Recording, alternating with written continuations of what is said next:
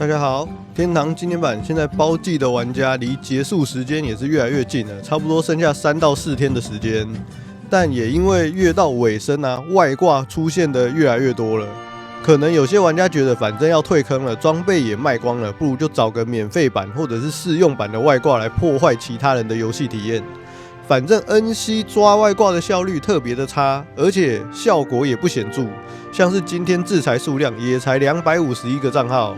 但是认证错失账号却是蛮多的，10万多个。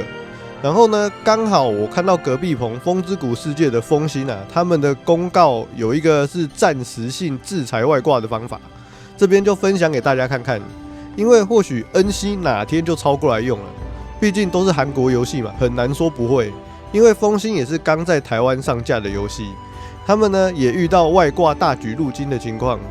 然后他们昨天就公告啊，一个暂时制裁外挂的方法。他们公告也说到，近期出现非常多的非法程式，导致对正常玩家的游玩体验造成影响。所以他们就在游戏中搞出了一个叫做"陌生冒险家"的简易效果来制裁外挂玩家。就是说，如果你是开挂或者是工作室账号，被官方侦测到，他就会帮你上一个简易效果的状态。这个简易效果呢，就是经验值与道具掉落获取量降低，还有道具与货币交易功能限制，就是降低你打怪的收入，不管是经验值啊还是掉落物品，然后也限制你的1对1交易功能。它的效果还蛮猛的，如果套用在天堂来说的话，你是根本就不用玩游戏了。看这张图，它的降低收入是打怪经验值跟掉落物品都是原本的1/10。原本打一只怪呢，经验值是1%，现在变成0.1%。打一只怪的掉落金币原本有10块，现在变成1块。我猜它物品掉落几率应该也是会变成1/10，然后也无法跟其他玩家交易。当然，它公告中有说到解除这个简易效果的方法，就是买商城物品可以解除。这个简易效果套用在经典版上，收益变成1/10，不能1对1交易。如果还可以增加其他的项目，像是禁止使用蒙仓，也将对其他玩家的伤害与命中变为1/10。这样应该工作室跟外挂就没有办法玩了。当然，天堂会有角色碰撞的问题，只要在这个简易效果上面再加上无法对其他人造成碰撞效果，这样就不会出现被外挂卡住的问题。感觉这个简易效果如果真的在经典版执行，应该会减少很多工作室跟外挂。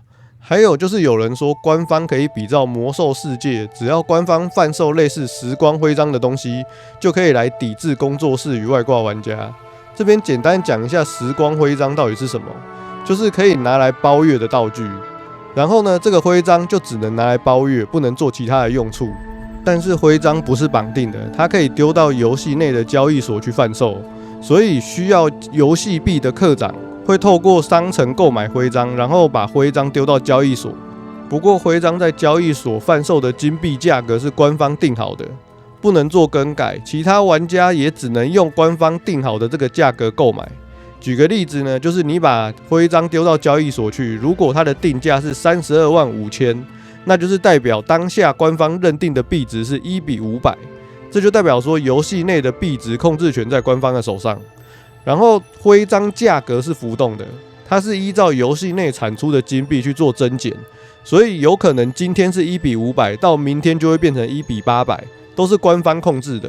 时光徽章这个部分我只做简单的介绍，如果需要更详细的解说，有其他的创作者有做更详细的解说内容，我会放在说明栏跟留言处。